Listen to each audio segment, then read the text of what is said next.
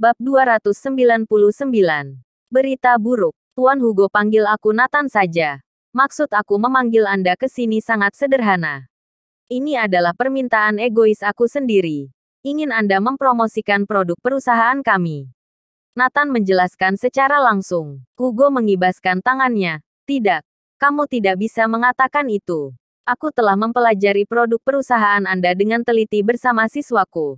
Produk ini adalah yang terbaik di pasar Neslandia. Bahkan sebanding dengan produk luar negeri. Jika produk ini diluncurkan bisa efektif mencegah monopoli mereka. Yang paling penting adalah harganya. Kurang dari sepertiga harga mereka. Ini adalah hal yang baik untuk negara dan masyarakat. Aku merasa terhormat menjadi ambasador kalian. Hugo tertawa. Nathan sedikit tersentuh. Dia benar-benar harta penting negara. Kapanpun dimanapun. Selalu mempertimbangkan negara dan rakyat. Nathan tersenyum. Tuan Hugo, aku merasa malu.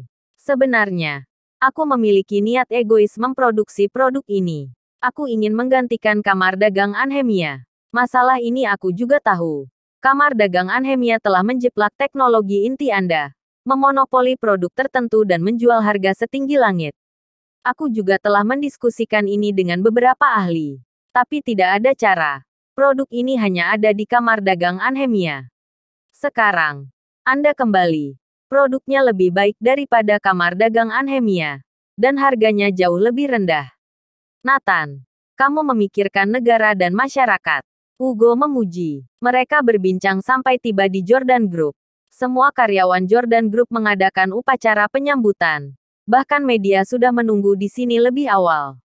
Setelah turun, wartawan berkumpul dan ingin mewawancarai Hugo.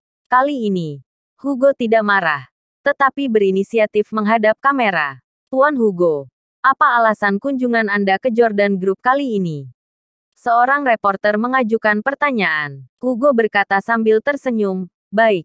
Dengan kesempatan ini, aku akan mengumumkan satu hal. Alasan mengapa aku datang ke Jordan Group adalah untuk menjadi duta perusahaan untuk produk perangkat medis. Produk baru dari Jordan Group ini diluncurkan hari ini. Aku, Hugo Joannou, menjamin produk ini adalah yang terbaik di pasar Neslandia. Tidak ada yang lain, dan juga harganya hanya sepertiga dari produk yang sama yang ada di pasar. Begitu Hugo mengucapkan kata-kata ini, semua orang bersemangat. Semua karyawan Jordan Group tercengang.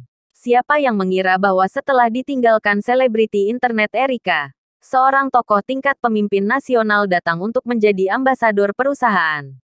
Media merilis berita secepat mungkin menggemparkan Neslandia. Seorang tokoh medis terkemuka menjadi ambasador. Kualitas perangkat medis dari Jordan Group memukul produk seluruh negeri. Bahkan melebihi produk luar negeri. Harga modal. Produk perangkat medis Jordan Group hanya sepertiga dari produk yang sama. Setelah berita ledakan keluar, seluruh Anhemia ramai. Mata semua orang tertuju pada produk Jordan Group. Jordan Group menjadi terkenal dalam sekejap. Di perusahaan Infinity Entertainment, barusan dengar Jolene mencari Nathan untuk ke sini meminta maaf. Kenapa orangnya belum kelihatan? Erika sedikit cemas. Lucy tersenyum dan berkata, tunggu sebentar lagi. Nathan akan berlutut di depan kita dan meminta maaf. Alia masih memperhatikan pergerakan pasar. Melihat volume penjualan Jordan Group nol, dia tersenyum. Tanpa promosi artis perusahaan kita, Jordan Group tidak akan sanggup. Tetapi pada saat ini, beberapa sekretaris bergegas masuk dengan panik dan berteriak, berita buruk. Ada apa? Ribut-ribut begini. Erika berkata kesal. Cepat lihat ponsel kalian. Bab 300. 1 triliun pesanan. Mendengar ini, Alia dan Erika menyalakan ponsel mereka. Mereka semua terkejut ketika melihat lusinan pesan berita. Bahkan lebih terkejut saat menekan kontennya. Tokoh medis ternama Hugo Joannou menjadi juru bicara produk Jordan Group. Ini. Mata Alia mencuat keluar. Kepala Erika mati rasa. Lucy melongo dengan mulut ternganga. Pada saat ini, pergerakan pasar pada komputer Alia berubah. Produk online pertama Jordan Group dibeli dalam sekejap. Itu pesanan 1 triliun. Jordan Group. Seorang pria gemuk dengan setelan jas dengan cepat berlari. Halo Tuan Hugo. Direktur Jolene. Aku Thomas, pemilik perusahaan Empirox Medical Equipment Anhemia. Aku baru saja membeli semua produk produksi pertama dari Jordan Group. Jolene terkejut. Anda membeli produk seharga 1 triliun produk sekaligus. Hugo mengangguk. Terima kasih atas dukungan Anda. Dengan reputasiku aku menjamin produk ini. Haha. Tuan Hugo, tenang saja. Aku pasti akan berkontribusi untuk tujuan medis. Aku akan menyumbangkan sejumlah produk ke rumah sakit di daerah miskin, kata Thomas. Nathan dan Hugo saling memandang. Inilah yang ingin mereka lihat. Telepon Jolene dan Jordan Group hampir meledak dari panggilan yang masuk. Halo, Direktur Jolene. Aku dari perusahaan biofarmasi Landome. Aku ingin memesan 500 miliar. Halo. Apakah itu Jordan Group? Aku adalah Yayasan Pusat Rumah Sakit Harmony di South Memphis. Kami ingin memesan 800 miliar. Halo. Aku dari Biro Kesehatan South Memphis. Departemen aku ingin memesan 2 set produk perusahaan Anda. 2 triliun bisa ditransfer detik ini. Jolene ketakutan setengah mati. Hanya sebentar. Tidak hanya Anhemia, tetapi juga daerah sekitarnya. Bahkan perusahaan besar dan rumah sakit telah memesan ratusan pesanan. 70 hingga 80 kali lebih banyak dari jumlah produksi yang mereka prediksikan. Banyak pesanan harus mengantre sampai tahun depan.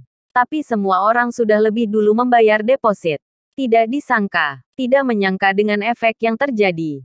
Ini terutama karena reputasi Hugo. Ditambah dengan faktor kualitas dan harga produk. Menyebabkan efek seperti itu. Jolene dan eksekutif lainnya di perusahaan tidak bisa tertawa lagi. Panggilan telepon masih masuk terus-menerus. Semakin banyak pesanan yang diterima.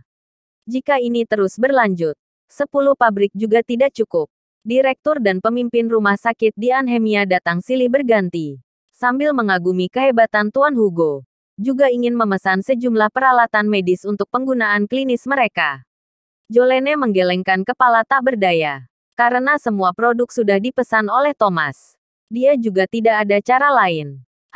Ya, Jordan Group kami telah menyiapkan produk untuk perhimpunan rumah sakit di Anhemia untuk penggunaan klinis. Kata Nathan. Jolene tercengang. Kapan ini terjadi? Kenapa dia tidak tahu? Samuel keluar dan menjelaskan. Boslah yang meminta aku untuk memproduksi lebih banyak. Dia sudah memprediksi produk ini tidak akan cukup. Jolene terkejut. Bos ini luar biasa. Bisa memprediksi masa depan. Dewa dari mana dia? Melihat Nathan berdiri dengan Hugo. Dia memiliki ilusi. Seolah-olah Nathan adalah bos misterius itu. Apa yang aku pikirkan? Bagaimana bisa Nathan menjadi bos misterius itu? Jolene menggelengkan kepalanya dan membuang pikiran itu jauh-jauh.